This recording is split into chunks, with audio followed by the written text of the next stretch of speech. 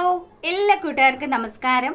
Serial മാന്യ variety സ്റ്റോറീസിന്റെ ഏറ്റവും പുതിയൊരു വീഡിയോയിലേക്ക് എല്ലാ കൂട്ടുകാർക്കും സ്വാഗതം. അപ്പോൾ ഞാൻ എത്തിയിരിക്കുന്നത് നമ്മുടെ ചെമ്പനീർ പൂവ് സീരിയലിന്റെ നാളത്തെ ആ ഒരു സൂപ്പർ ഹിറ്റ് വിശേഷമൊക്കെ ആയിട്ടാണ്. നേരെ നമുക്ക് ആ ഒരു കഥയിലേക്ക് പോയാലോ. അങ്ങനെ നമ്മുടെ ശ്രുതിക്ക് പ്രത്യേകിച്ച് വേലയും കൂലിയൊന്നും ഇല്ലല്ലോ.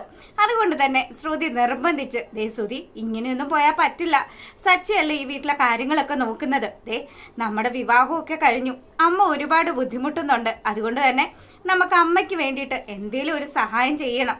ഞാനൊരു കാർ ഷോറൂമിന്റെ കാര്യമൊക്കെ പറഞ്ഞില്ലേ, അവിടെ ഞാൻ നിന്റെ ബയോഡേറ്റയൊക്കെ അയച്ചിട്ടുണ്ട്, ഇന്ന് ഇന്റർവ്യൂവിന് ചെല്ലാനും പറഞ്ഞിട്ടുണ്ട്.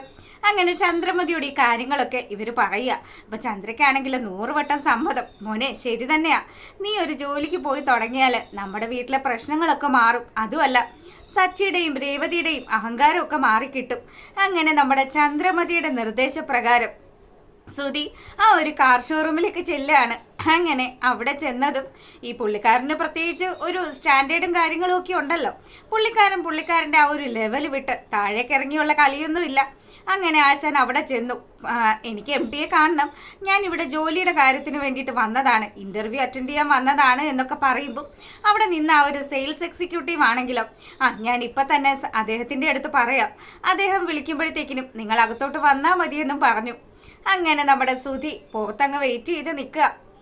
ഈ സമയത്താണെങ്കിലോ ചുറ്റുപാടും ഒക്കെ നോക്കി, കൊള്ളാം, സെറ്റപ്പൊക്കെ ഇഷ്ടപ്പെട്ടു. അങ്ങനെ അവൻ അവിടെ നിന്നിങ്ങനെ ആലോചിച്ചുകൊണ്ട് നിൽക്കുമ്പോഴത്തേക്കിനും അകത്തോട്ട് പോയ ആളിങ്ങ് തിരിച്ചു വന്നു.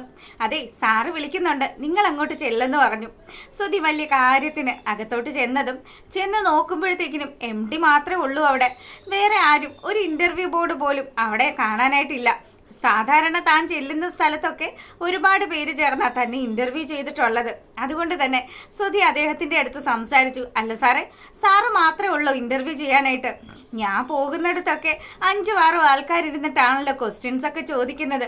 അങ്ങനെ ഇയാളുമായിട്ട് സംസാരിച്ചു. അപ്പൊ പുള്ളിക്കാരന് മനസ്സിലായി ഇവൻ അത്യാവശ്യം ഒരു വർത്തമാനമൊക്കെ പറയുന്ന കൂട്ടത്തിലാണ്, എന്തോ ഒരു സ്റ്റാൻഡേർഡ് കീപ്പ് ചെയ്യുന്ന കൂട്ടത്തിലാണ് എന്നൊക്കെ. അങ്ങനെ സംസാരിച്ച് വരുമ്പോഴത്തേക്കിനും ശ്രുതി പറഞ്ഞു, അതെ സാറേ, എനിക്ക് ഇത്തരത്തിലുള്ള ഒരു ജോലിയൊന്നും അല്ല താല്പര്യം, എനിക്കാണെങ്കിൽ ഒരുപാട് ഡിഗ്രി ഒക്കെ ഉണ്ട്. ഞാൻ വിചാരിച്ചു വെച്ചിരുന്നത് എനിക്കിതേ സാർ ഇരിക്കുന്നത് പോലെ MD കസേരയിൽ ഇരിക്കണമെന്നാ. എന്തായാലും ഭാവിയിലേക്ക് ഞാൻ ഇതുപോലെയുള്ളൊരു കമ്പനി സ്റ്റാർട്ട് ചെയ്യുമെന്നൊക്കെ പറഞ്ഞു. അപ്പം ഈ MD ആണെങ്കിലോ, എടാ ഇവൻ ആരടാ, ഇവൻ ഭയങ്കരനാണല്ലോ എന്നുള്ള രീതിയിലൊക്കെ ഇങ്ങനെ ആലോചിക്കുകയാണ്. അങ്ങനെ അയാൾ പറഞ്ഞു, ഇവനിപ്പോൾ ജോലി ചെയ്തല്ലേ പറ്റുള്ളൂ, അതുകൊണ്ട് തന്നെ എൻ്റെ ഭാര്യയുടെ നിർബന്ധപ്രകാരമാണ് ഇവിടെ സെയിൽസ് എക്സിക്യൂട്ടീവായിട്ട് ജോയിൻ ചെയ്യാൻ വന്നിരിക്കുന്നത്. സാറേ, എനിക്ക് ജോലി തരികയാണെങ്കിൽ വലിയ ഉപകാരമായിരിക്കും, ഞാൻ 100% സിൻസിയറായിട്ട് വർക്ക് ചെയ്തോളാന്നും പറഞ്ഞു.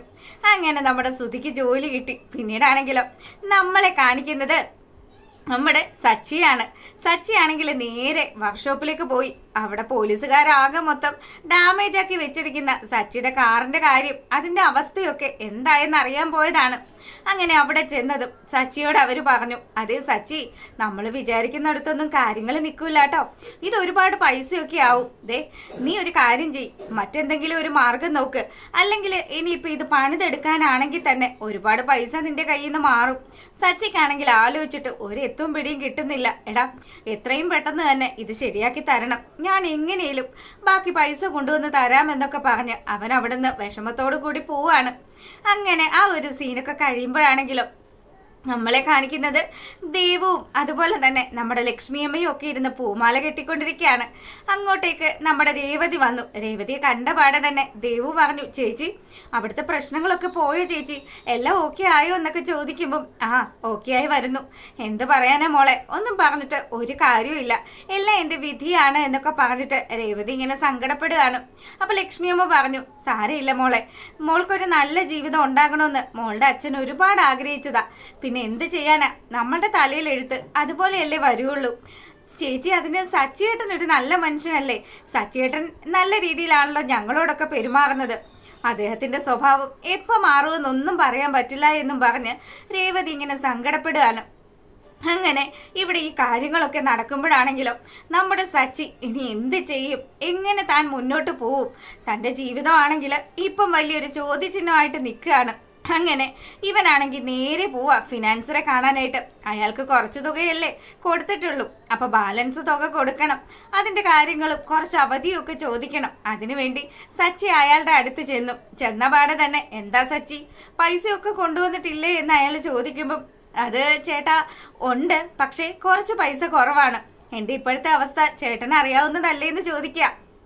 നിന്റെ അവസ്ഥ അത് നീ മാത്രം മനസ്സിലാക്കിയാൽ മതി സച്ചി. ഞാൻ നിനക്ക് കാറ് തന്നത് എനിക്ക് കറക്റ്റായിട്ട് റെന്റ് കിട്ടണം. അത് മാത്രമല്ല, ഞാൻ നിനക്ക് പൈസ വേറെ തന്നിട്ടുണ്ട്, അതിന് പലിശയും കറക്റ്റ് സമയത്ത് തന്നെ കിട്ടണം. ഇല്ലാത്ത പക്ഷം ഞാൻ അതൊന്നും അംഗീകരിക്കില്ല. പിന്നെ ഇനി നിനക്ക് പൈസ തരാൻ പറ്റില്ല എന്നാണെങ്കിൽ കാറിന്റെ താക്കോല് ഞാൻ ഇവിടെ വാങ്ങിച്ചു വെക്കും. അത് കഴിഞ്ഞിട്ട് നീ പൈസ ഉണ്ടാകുമ്പോഴത്തേക്കിനും വന്നിട്ട് എടുത്തോണ്ട് പോയിക്കോ എന്ന് പറഞ്ഞു.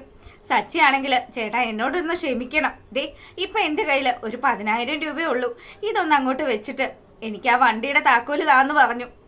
അങ്ങനെ നമ്മുടെ സച്ചി കാര്യങ്ങളൊക്കെ സംസാരിച്ചുകൊണ്ട് നിൽക്കുമ്പോൾ പുള്ളിക്കാരനാണെങ്കിലോ കുറച്ചതാ എന്നൊക്കെ പറയാനായിട്ട്, കുറയ്ക്കാൻ എന്താ ഞാനെന്താ പട്ടിയാണോ എന്ന് ചോദിക്കുക. അപ്പൊ സച്ചിക്ക് ശരിക്കും പറഞ്ഞാല് അവന്റെ ആ ഒരു ക്യാരക്ടർ വെച്ചിട്ട് നല്ലതുപോലെ ദേഷ്യമൊക്കെ വരുന്നുണ്ട്. എന്നാൽ കൂടിയും സച്ചി അവിടെയൊക്കെ ക്ഷമിച്ചു വിടുകയാണ്.